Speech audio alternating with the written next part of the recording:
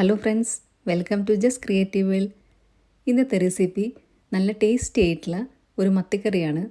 നമ്മൾ ഷാപ്പിലെ മത്തിക്കറി എന്നൊക്കെ പറയാറുണ്ട്. അതിൻ്റെ റെസിപ്പിയാണ് ഇന്നിടുന്നത്. ഇത് ഭയങ്കര ടേസ്റ്റി ആയിട്ടുള്ള ഒരു കറിയാണ്. കപ്പയുടെ കൂടെയും ചോറിൻ്റെ കൂടെയൊക്കെ നല്ല കോമ്പിനേഷനാണിത്.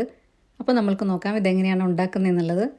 അതിനായിട്ട് 1 കിലോ മത്തിയാണ് ഞാൻ എടുത്തിട്ടുള്ളത്. നല്ല നെയ്യുള്ള മത്തിയാണിത്. ഇത് നല്ലപോലെ ക്ലീൻ ചെയ്തതിന് ശേഷം കഴുകിയെടുത്ത് ഇതുപോലെ ഒന്ന് വരഞ്ഞു കൊടുത്തിട്ടുണ്ട്. ഇതിൻ്റെ തല വേണമെങ്കിൽ നിങ്ങൾക്ക് എടുക്കാം. ഞാനിവിടെ ഫിഷ് മാർക്കറ്റിൽ നിന്ന് ക്ലീൻ ചെയ്ത കാരണം അവരതിൻ്റെ തല ഓൾറെഡി കളഞ്ഞതുകൊണ്ടാണ് ഞാൻ എടുക്കാത്തത്. തല എടുത്താൽ കുറച്ചും കൂടി ടേസ്റ്റ് ആയിരിക്കും. ഇതിൻ്റെ ഒരു പ്രത്യേകത, നമ്മൾ ഇതിനകത്ത് ഉള്ളി വഴറ്റാതെയാണ് ഇട്ട് കൊടുക്കുന്നത്. അപ്പോൾ അതിന് വേണ്ട സാധനങ്ങൾ നോക്കാം. ചെറിയ ഉള്ളി 20 അല്ലെങ്കിൽ 25 എണ്ണം, ഒരു തക്കാളി, കുറച്ച് കറിവേപ്പില, പച്ചമുളക് 3 എണ്ണം, വെളുത്തുള്ളി 5 എണ്ണം, ഇഞ്ചി ചെറിയ 2 കഷ്ണം. ഇത്രയും സാധനങ്ങളാണ് വേണ്ടത്. ഇനി ഇതിനകത്ത് തക്കാളി ഒഴികെ ബാക്കിയെല്ലാം കൂടെ കല്ലിൽ നല്ലപോലെ ഒന്ന് ചതച്ചെടുക്കണം. പിന്നെ വേണ്ടത് നാരങ്ങ വലുപ്പത്തിൽ വാളൻപുളിയാണ്. ഇതിനകത്തോട്ട് കുറച്ച് ചൂടുവെള്ളമാണ് ഒഴിച്ചു കൊടുക്കുന്നത്. ചൂടുവെള്ളം ഒഴിച്ചു കൊടുത്താൽ പെട്ടെന്ന് ഇത് പിഴിയാൻ പറ്റും. 2 കപ്പ് ചൂടുവെള്ളമാണ് ഞാൻ ഒഴിച്ചു കൊടുക്കുന്നത്.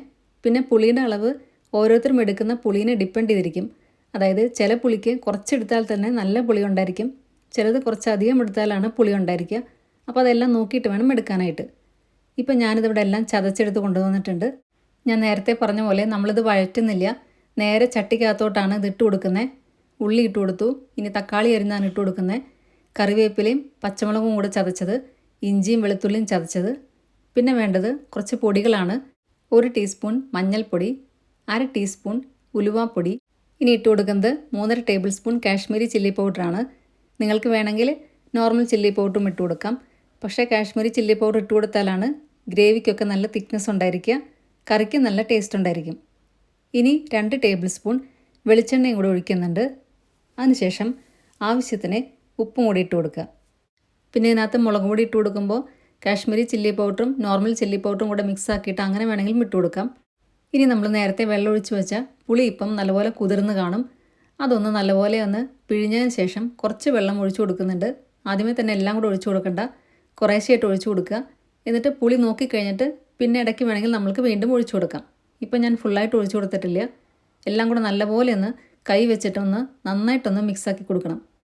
നമ്മൾ അരിഞ്ഞു വെച്ച തക്കാളിയെല്ലാം ഉടഞ്ഞു പോകുന്ന രീതിയിൽ വേണം മിക്സാക്കി കൊടുക്കാൻ. ഇങ്ങനെ ചെയ്യുന്നതാണ് ഈ മീൻ കറിക്ക് കൂടുതൽ ടേസ്റ്റ് കൊടുക്കുക. അപ്പോൾ ഇതൊരു ഇമ്പോർട്ടൻറ്റ് സ്റ്റെപ്പാണ്, ഇതാരും സ്കിപ്പ് ചെയ്യരുത്. ഇനി കുറച്ചുകൂടെ വെള്ളം ഇതിനകത്തോട്ട് ഒഴിച്ചു കൊടുക്കുന്നുണ്ട്. നോർമൽ വെള്ളമാണ് ഇപ്പം ഒഴിച്ചു കൊടുക്കുന്നത്. അതായത് നമ്മൾ പുളി പിഴിഞ്ഞ വെള്ളം കുറച്ചുകൂടെ ബാക്കിയുണ്ട്. അത് ഞാൻ ഫുള്ളായിട്ട് ഒഴിച്ചു കൊടുത്തിട്ടില്ല, കാരണം ഞാൻ നേരത്തെ പുളി നോക്കി കഴിഞ്ഞപ്പോൾ പുളി ഉള്ള പോലെ ഉണ്ടായിരുന്നു. അതുകൊണ്ട് കുറച്ചുകൂടെ വെള്ളം ഒഴിച്ചു കൊടുത്തതിന് ശേഷം ഒന്നുകൂടെ പുളി നോക്കാം. എന്നിട്ട് നമ്മൾക്ക് വീണ്ടും ആവശ്യമാണെങ്കിൽ പുളിവെള്ളം ഒഴിച്ചു കൊടുക്കാം.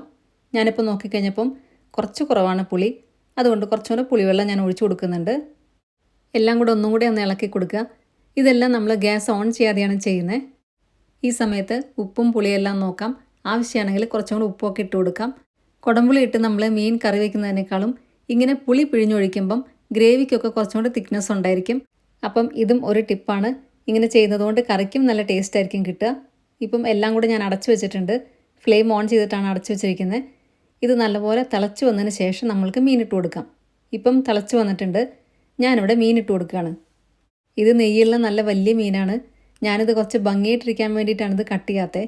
നിങ്ങൾക്ക് വേണമെന്നുണ്ടെങ്കിൽ ഇത് കട്ട് ചെയ്തിട്ട് ചെറിയ പീസാക്കിയിട്ടും ഇട്ട് കൊടുക്കാം. എല്ലാ മീനും കൂടി ഇട്ട് കൊടുത്തതിന് ശേഷം ഇതൊന്ന് അടച്ചു വെച്ച് ഒന്നുകൂടെ ഒന്ന് തിളപ്പിക്കണം. ഇനി ഒരുപാട് സ്പൂണിട്ട് ഇളക്കരുത്. ഇത് തിളച്ച് കഴിഞ്ഞാൽ പിന്നെ നമ്മളിത് ചുറ്റിച്ച് കൊടുക്കാനേ പാടുള്ളൂ. ഒരുപാടിട്ട് സ്പൂൺ വെച്ച് ഇളക്കരുത്. 1 തണ്ട് കറിവേപ്പിലയും കൂടി ഇട്ട് കൊടുക്കുന്നുണ്ട്. ഇതും കൂടി ഇട്ട് കൊടുത്തതിന് ശേഷം കുറച്ച് നേരം അടച്ചു വയ്ക്കാം. അതിനുശേഷം ഇടയ്ക്കിടയ്ക്കൊന്ന് ചുറ്റിച്ച് കൊടുക്കണം. അതായത് അടുക്കി പിടിക്കാതെയൊക്കെ നോക്കണം. അതുകൊണ്ട് ഇടയ്ക്കിടയ്ക്കൊന്ന് ചുറ്റിച്ച് കൊടുക്കുന്നുണ്ട്. എന്നിട്ട് വീണ്ടും വേണമെങ്കിൽ അടച്ചു വയ്ക്കാം. ഈ സമയത്തൊക്കെ നമ്മളുടെ കറിക്ക് നല്ല ഫ്ലേവർ ആയിരിക്കും വരുന്നത്. നല്ല ടേസ്റ്റ് ആയിട്ടുണ്ട് കറി. ഞാൻ ചാറൊക്കെ ടേസ്റ്റ് ചെയ്ത് നോക്കിക്കഴിഞ്ഞപ്പം നല്ല ടേസ്റ്റ് ആയിട്ടുള്ള കറി ആയിട്ടുണ്ട്.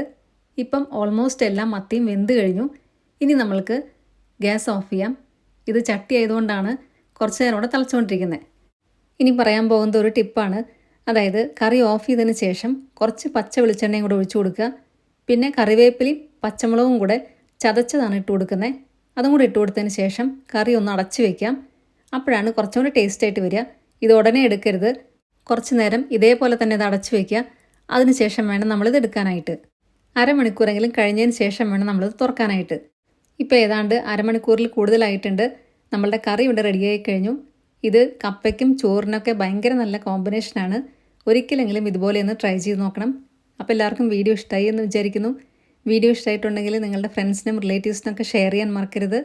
നിങ്ങളുടെ ഫീഡ്ബാക്ക്സ് എല്ലാം കമൻസിലൂടെ അറിയിക്കുക. സബ്സ്ക്രൈബ് കൂടെ ചെയ്യണേ. അതിന് സൈഡിലുള്ള ബെല്ലൈക്കണിൽ ഓൾ എന്നുള്ള ഓപ്ഷൻ കൂടെ പ്രസ് ചെയ്താലേ നെക്സ്റ്റ് ടൈം ഞാൻ വീഡിയോ ഇടുമ്പോൾ പെട്ടെന്ന് തന്നെ നിങ്ങൾക്ക് നോട്ടിഫിക്കേഷൻ വരുന്നതായിരിക്കും. നല്ലൊരു വീഡിയോ ആയിട്ട് വീണ്ടും കാണാം. താങ്ക്